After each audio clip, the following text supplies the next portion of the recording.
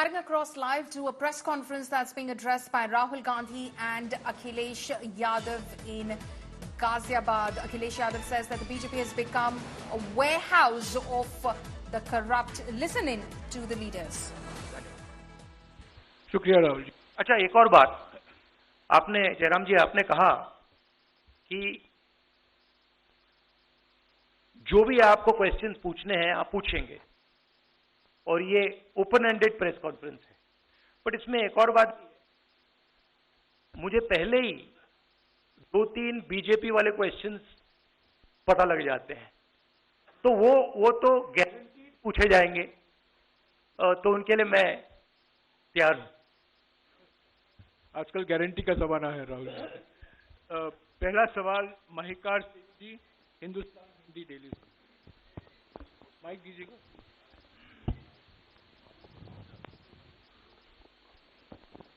राहुल जी, स्वागत है आपका। दोनों नेताओं, जबकि आज प्रचार का पहला चरण समाप्त होने वाला है, आपने मेरे मित्रों को थोड़ा सा कसरत करा दी। वो दिल्ली से यहाँ आए हैं, आपने गाजियाबाद में ही क्यों पीसी की? यूपी और दिल्ली छोड़ के गाजियाबाद में पीसी हो रही है। दूसरा सवाल ये है राहुल जी से कि लोग तो गुजरात छोड़कर पीएम बनने के लिए बनारस आते हैं, आप बाय नाइट चले गए, तो क्या अमेठी या रायबरेली से आप लड़ेंगे? ये बीजेपी वाला क्वेश्चन है। ये पत्रकार का सवाल। पहले ही opening ball BJP question. Very good, शाबाश। देखिए, अमेठी की बात कांग्रेस का डिसीजन है। जो भी मुझे ऑर्डर मिलेगा मैं वो करूंगा।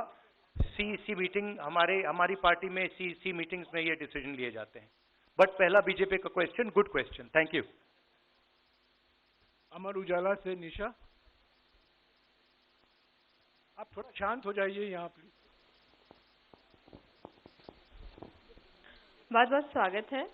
मेरा सवाल आपसे ये है कि यूपी में न केवल यूपी में बल्कि पूरे देश में इस बार कांग्रेस ने अपने बहुत कम प्रत्याशी 268 अभी तक सामने आए हैं और यूपी में तो 80 सीटों के मुकाबले केवल 17 सीट हैं। ऐसा क्यों? क्या ऐसा मान के चल रही है कांग्रेस कि आप कमजोर चल रहे हैं या यूपी में कमजोर है कांग्रेस, इसलिए सपा या आपके गठबंधन बाकी सहयोगी पार्टी सीट नहीं देना चाह रही है? नहीं, हमने डिसीजन लिया है कि इंडिया गठबंधन चुनाव लड़ेगा और हमने सीट शेयरिंग की है और ओपन माइंडेड तरीके से दिल खोल के हमने सीट शेयरिंग की है। हम चाहते हैं कि थोड़ी सी हम फ्लेक्सिबिलिटी दिखाएं और ओपन माइंडेड तरीके से हम चुनाव लड़ें, इसीलिए हमने स्पेस हम अपने पार्टनर्स को दी है, पर इसका कोई कमजोरी का मतलब नहीं है। पीटीआई से अनवर। राहुल जी, मेरा सवाल आपसे है कि पिछले बार जो आप दोनों लोगों का गठबंधन था वो सफल नहीं हो सका उत्तर प्रदेश में। एक बार फिर आप लोग साथ आए हैं और प्रधानमंत्री ने पिछले दिनों कहा कि ये 2 लड़कों की फ्लॉप फिल्म है जो इस बार भी फ्लॉप होगी। तो आगे आप क्या उम्मीद कर रहे हैं इस गठबंधन से? उत्तर प्रदेश में कितनी सफलता मिलेगी और कितनी सीटों की उम्मीद है इस बार आप लोगों को? देखिए, मैं सीट्स का प्रेडिक्शन तो नहीं करता हूं। जनरल बात कह सकता हूं कि बीजेपी को मुझे लग रहा था 15-20 दिन पहले कि 180 तक जाएंगे, अब मुझे लग रहा है 150 तक जाएंगे। हर स्टेट में हमें रिपोर्ट मिल रही है कि हमारा चुनाव इंप्रूव कर रहा है और अंडर करंट है। जहां तक गठबंधन की बात है, यूपी गठबंधन की बात है, बड़ा पावरफुल गठबंधन है और बहुत अच्छा परफॉर्मेंस होगा हमारा उत्तर प्रदेश में। दैनिक जागरण से आदित्य त्रिपाठी। आप दोनों का बहुत बहुत स्वागत है। मेरा प्रश्न यह है कि उत्तर प्रदेश में एनडीए गठबंधन रोकने के लिए आपकी क्या रणनीति है? सॉरी, क्या? उत्तर प्रदेश में एनडीए गठबंधन को रोकने के लिए आपकी क्या रणनीति, आप दोनों लोगों की? उत्तर प्रदेश में नेशनल लेवल पे मैं आपको हमारा फाउंडेशन बता देता हूं और वही आइडियाज हम उत्तर प्रदेश में भी चलाएंगे। देखिए, पिछले 10 सालों में नरेंद्र मोदी जी ने नोटबंदी करके, गलत जीएसटी लागू करके, और जो बड़े बड़े अरबपति हैं, अदानी जी हैं, उनका पूरा सपोर्ट करके जो रोजगार पैदा करने का सिस्टम था उसको उन्होंने कंप्लीटली खत्म कर दिया है।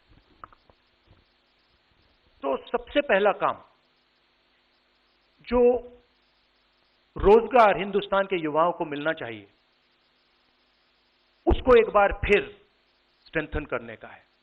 उसके लिए हमने अपने मैनिफेस्टो में 2-3 आइडियाज दिए हैं।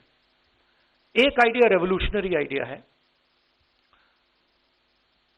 Right to apprenticeship. तो जो अमीर घर के बच्चे होते हैं वो अप्रेंटिसशिप करते हैं, ट्रेनिंग मिलती है, पेड ट्रेनिंग होती है। तो हमने डिसाइड किया है कि हिंदुस्तान के उत्तर प्रदेश के सब ग्रेजुएट्स को, डिप्लोमा होल्डर्स को हम अप्रेंटिसशिप का अधिकार देंगे। जो भी अप्रेंटिसशिप करना चाहेगा उसको प्राइवेट सेक्टर में, पब्लिक सेक्टर में, सरकार में अधिकार मिलेगा, अप्रेंटिसशिप का अधिकार मिलेगा। ट्रेनिंग होगी और 1 लाख रुपए साल का, 8,500 रुपए महीने का उस युवा के बैंक अकाउंट में हम डालेंगे। और ये करोड़ों युवाओं के लिए हम अधिकार दे रहे हैं। इससे एक ट्रेन्ड मैन पावर तैयार होगा, प्राइवेट कंपनीज को भी इसका फायदा होगा, सरकार को भी इसका फायदा होगा, और एक प्रकार से युवाओं के लिए ये एक जॉब मार्केट में एंट्री का सिस्टम हो जाएगा।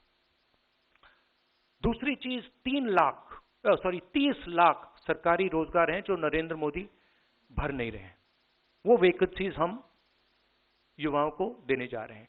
पेपर लीक की बात हुई है, उसके लिए हम कानून बनाएंगे, उसको हम खत्म कर देंगे। तो ये बात हुई युवाओं की। एक और हमारा आइडिया, क्रांतिकारी आइडिया, और ये उत्तर प्रदेश की महिलाओं को बहुत फायदा मिलेगा इससे। हर गरीब परिवार की हम लिस्ट बनाएंगे और हर गरीब परिवार में से हम एक महिला को चुनेंगे और उसके बैंक अकाउंट में महीने के 8,500 रुपए, साल के 1 लाख रुपए सरकार हर महीने बैंक अकाउंट में डालने जा रही है। किसानों की बात, किसान सिर्फ 2 चीजें मांग रहा है। नरेंद्र मोदी से 10 साल मांगा, हमें सही दाम दिलवा दीजिए, और जैसे आपने 16 लाख करोड़ रुपए, मतलब 24 साल का मनरेगा आपने अदानी जैसे लोगों का माफ किया, वैसा ही आप हमारा भी माफ कर दीजिए। और नरेंद्र मोदी मना करते हैं, उन पर फायरिंग करवा देते हैं, उनको डरा देते हैं। तो हमने लीगल एमएसपी का निर्णय ले लिया है। हिंदुस्तान में पहली बार लीगली गारंटीड एमएसपी होगी और हम उनका, किसानों का कर्जा माफ करने जा रहे हैं। यही मेन मुद्दे हैं चुनाव में। बीजेपी का मैनिफेस्टो देखेंगे तो उसमें आपको उसका जो फाउंडेशन है, 2 चीजें हैं। एक कि वो शायद 10-15 साल बाद ओलंपिक गेम्स इंडिया लाएंगे, और दूसरा 1 या 2 व्यक्तियों को वो चांद पे पहुंचा देंगे। तो ये बेसिकली चुनाव चल रहा है। शुक्रिया राहुल जी। अगले 3-4 सवाल आप कृपया अखिलेश जी से पूछेगा। एएनआई से शालिनी।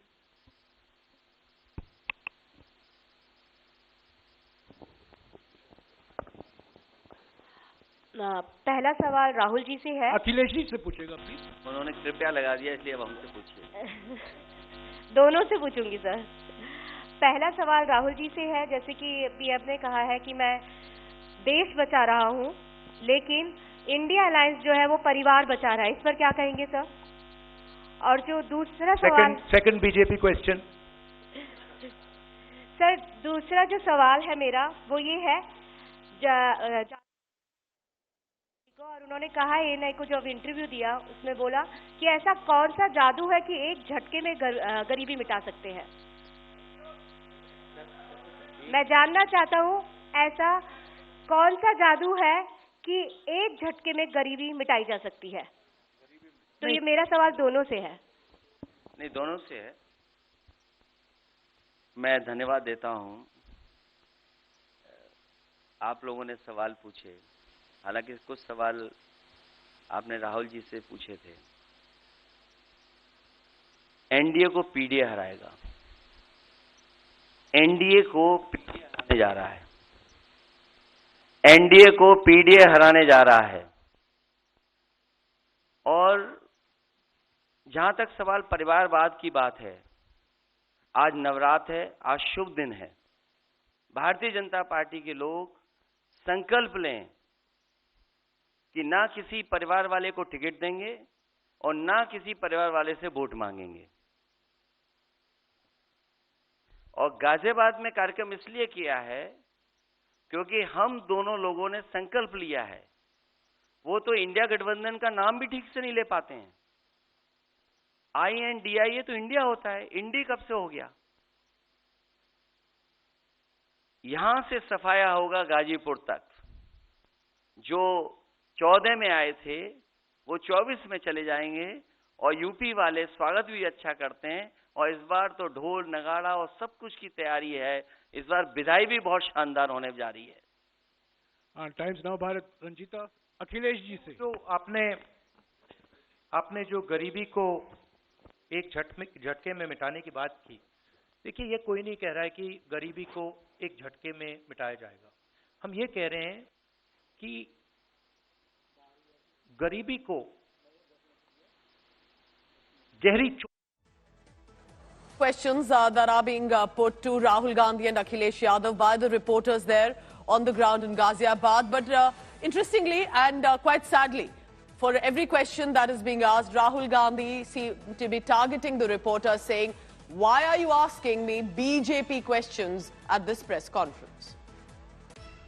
ये ओपन एंडेड प्रेस कॉन्फ्रेंस है, बट इसमें एक और बात, मुझे पहले ही 2-3 बीजेपी वाले क्वेश्चंस पता लग जाते हैं, तो वो तो गारंटी पूछे जाएंगे, तो उनके लिए मैं तैयार हूं। लोग तो गुजरात छोड़कर पीएम बनने के लिए बनारस आते हैं, आप बाय नाइट चले गए, तो क्या अमेठी या रायबरेली से आप लड़ेंगे? ये बीजेपी वाला क्वेश्चन है। ये पत्रकार का सवाल। पहले ही